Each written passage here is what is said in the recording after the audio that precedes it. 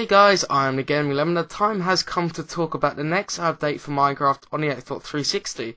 2 weeks have passed after the release of the 1.8.2 update for Minecraft on the Xbox 360, and people are already wondering about the next update, which is of course 1.2.3. 4J Studios have said to work on 1.2.3 after 1.8, which will include 1.0 and 1.1. So essentially it is 3 updates in one massive chunk, which is going to take a lot of time to do. In this video I'll be going through all the new major changes and additions throughout all the 3 updates and explaining what they are.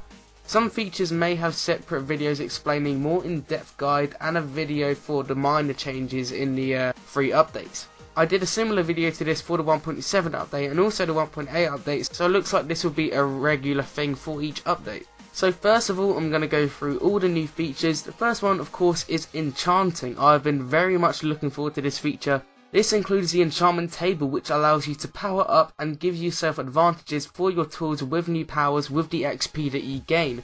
I'll be going more in depth with what XP experience orbs are in the later on in the video.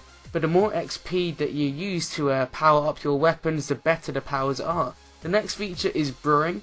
This allows you to make potions, which does require the brewing stand with new ingredients added to the game.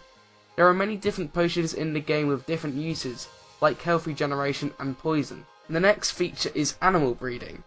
In the 1.2.3 update, animals no longer despawn, so you'll have to kill them to get rid of them. So now you can breed animals to make baby animals which can grow and give you more food.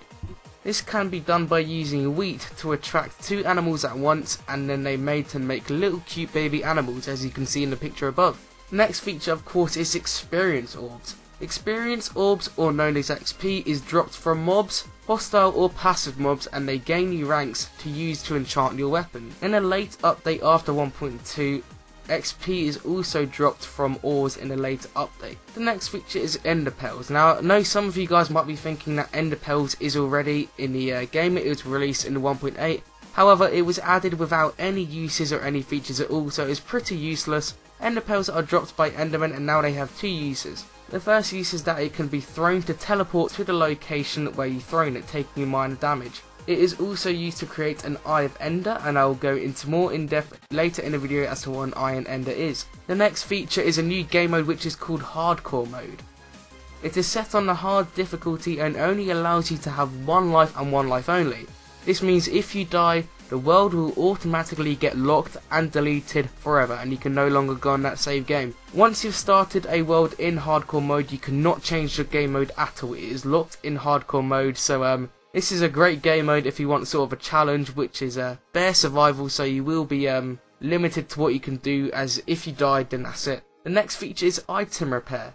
If you have 2 of the same tool and they for example they are both at half health, if you use these 2 in a workbench, they can be combined to make 1 of that tool, which is now full health, because 2 of the tools were both at half health. The next major feature added to 1.2.3 is the End. The End, or otherwise known as the Ender, is a new dimension containing Endermen and a new ENDERDRAGON boss. The Ender portal is found in a stronghold, and you need 12 Eye of Enders to enter and activate the Ender portal. The next feature is Zombie Sieges. These now occur at night in NPC villages. A group of zombies will now invade an NPC villages, breaking down doors and, basically eating the villagers alive. Zombies can now also break through all wooden doors if it is set on hard difficulty, that is. So if I were you, I'd buckle up and get an iron door, because zombies will break down your wooden doors now. So those are all the new major features, and next we are going to be talking about the new mobs. The first one is the ENDERDRAGON boss. Like I said, it is found in the new End dimension. Now of course it is a boss, so it is very, very hard to kill, but it also drops loads of XP. When you kill the boss, it plays the newly ending credits for Minecraft. So Minecraft now has an end now. Once you kill the dragon, it plays the rolling credits, and then it will place you back in your normal world. The next mob is the mob that we've all been waiting for. This is the villagers that now spawn inside the NPC villages that we got in 1.8. There are many types of villages, not just one, such as the blacksmith. The blacksmith now has a chest which you can loot sometimes, and the chest also sometimes contains diamonds. Villages don't really do anything in this update, but in a later update they will be used for trading. The next new mob related to the NPC villages is the Iron Golem. The Iron Golem spawns in NPC villages when there are 16 villagers at a time. It's a passive mob and it protects villagers from zombies. The Iron Golem is very strong and it is very hard to kill.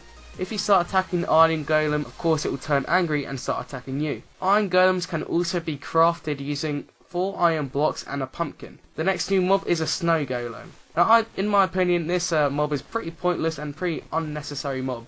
Doesn't really do much apart from push mobs back a little by using snowballs. The snowballs don't damage the mobs at all. It also melts in deserts, jungles and in water, so it's pretty useless to be quite frank. The next mob is the Ocelots or cats. They spawn in jungle biomes and they turn to cats when they are tamed using fish. There are 3 different textures of cats and they can be used to defend creepers, as creepers are scared of the cats. So they are very useful when going out and about in caves. The next mob is the MOOSHROOM cows. They spawn in the new MOOSHROOM biome which was added, and I'll go into more depth into what that is later in the video. They act as cows, but they now have different textures. When they are sheared, they drop mushrooms and turn back to normal cows, which is a bit weird. But the next new mob is found in the Nether. This is the Magma Cube. This is basically the Nether's version of the slime. They act as slimes and they bounce up and down just like slimes. When a big one is killed, it splits into smaller magma cubes. The magma cubes have a 25% chance of dropping a single magma cream which is used in potions. The next mob is also found in the Nether. This is a blaze. A blaze is a hostile mob in the Nether and can fly. A blaze is also found in monster spawners in the Nether fortresses, which is a new generated structure in the Nether. They shoot fire charges and drop 0 to 1 blaze rods which are used to create a brewing stand and make blaze powder. Next is new items and blocks. The first one is MYCELIUM. This is basically the naturally generated block in the MOOSHROOM biome, replacing dirt. It's virtually identical to dirt and it has no uses, just as a decoration. The next block is the lily pad, which is now naturally spawned in swamps. It can be harvested and placed on top of water, and a good use for it is that you can walk across it without going into water, so it is very useful in farms. The next item is spawn eggs. I know a lot of you guys have been wanting this item, so have I. This is only obtained in creative mode. This spawns any type of mob and there is a different egg for each mob, so it is a very useful item. The next item is a redstone lamp. It gives off light just like glowstone as long as it is powered. It is crafted using redstone and glowstone. The next item is the Eye of Ender. The Eye of Ender is crafted using blaze powder and an ender pearl.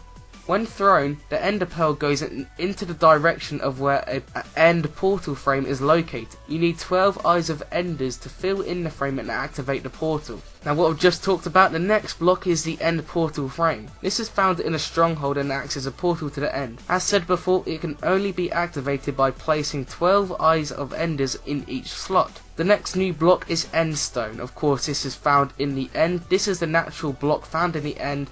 It acts just like cobblestone. It is mined easily, although it is very hard to obtain. The only difference that endstone has is that it is slightly higher blast resistance than stone. The next block is nether brick. Nether brick is found in nether fortresses. It can be used to craft nether stairs and nether fences. Which brings me to my next block, which is nether fences. They also spawn in nether fortresses and it is craftable with nether brick. It is also immune to fire. The next block is nether stairs, which again spawn in nether fortresses and is craftable with nether brick. The next block is a glass bottle. This is used to collect water which can be used in a brewing stand. This is also crafted using glass and is also used as potions. The next new block is a fire charge. This acts like flint and steel, but it can be thrown onto targets, unlike flint and steel. It can be crafted using blaze powder, coal and gunpowder. The next block is a nether wart. This is a new plant which is grown in the nether, found in nether fortresses, and can be only grown onto soul sand. It is critical for potions as it is used to make the awkward potion, which is a base for most potions.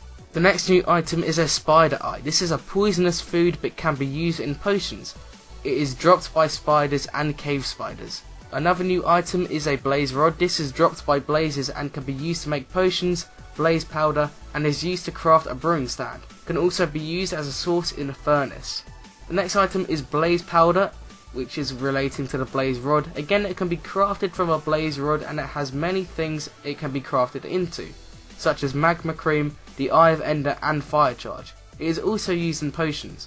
The next new block is a GHAST here, which is dropped by ghasts in the nether and dropped 0 to 1 at a time. It can be used for many potions. Next item is magma cream, which is also found in the nether. It can be crafted with slime balls and blaze powder, but it is also dropped from magma cubes. It can also be used for potions. Next item is the gold nugget. The gold nugget is dropped from zombie pigmen. It can be crafted into a gold ingot using 9 of them, and it can also be used to craft a glistering melon and golden apples. A gold ingot can be used to make 9 golden nuggets. The final new item is the glistering melon. This cannot be eaten, but it is used for potions. It can be crafted using a single melon and a single golden nugget. Next we are moving on to the biome changes. First of all, the swamp biomes are more swampier. Swamps now have darker grass, darker water and lily pads to give a swampier feel. They have now re-added beaches. If you guys don't know, beaches for whatever reason were removed in the 1.8 update and they are re-added in the 1.2.3 update. There's a new biome which is the jungle biome. This includes a new type of wood, leaves and saplings, and these create giant jungle trees. The jungle biome also contains ocelots. The second new biome is the mushroom biome. Like I said before, it contains naturally generated giant mushrooms, mushroom cows and also mycelium. It is a very rare biome. Of course, there is no release date confirmed or release window for the next update. My estimation is somewhere between January and March, as it took 3.5 months to develop and release the 1.8 update. Now, none of this info is 100% confirmed, but we will most likely be seeing all of these changes in the next update, because 4J Studios stated that they are working up to the PC's equivalent of 1.2. So they will be using the PC's features of the 1.2 update. If you guys want to see a full change list including all the minor changes, click the link in the description below, which will take you to the Minecraft wiki. Scroll down until you see the 1.2, 1.1 and 1.0 change list. Sorry if this video did sound a little rushed. There was a lot, and I mean a lot of information to put through, so I had to make it as short as possible to release it as soon as possible for you guys. If you guys did enjoy this video, be sure to leave a like on the video for my effort, as these videos do take a lot of time to do. It took me around 8 hours for this one. And also be sure to subscribe for the latest Minecraft, Xbox 360 news and content. Thanks for watching guys, and I'll see you guys in the next video. Lemon out.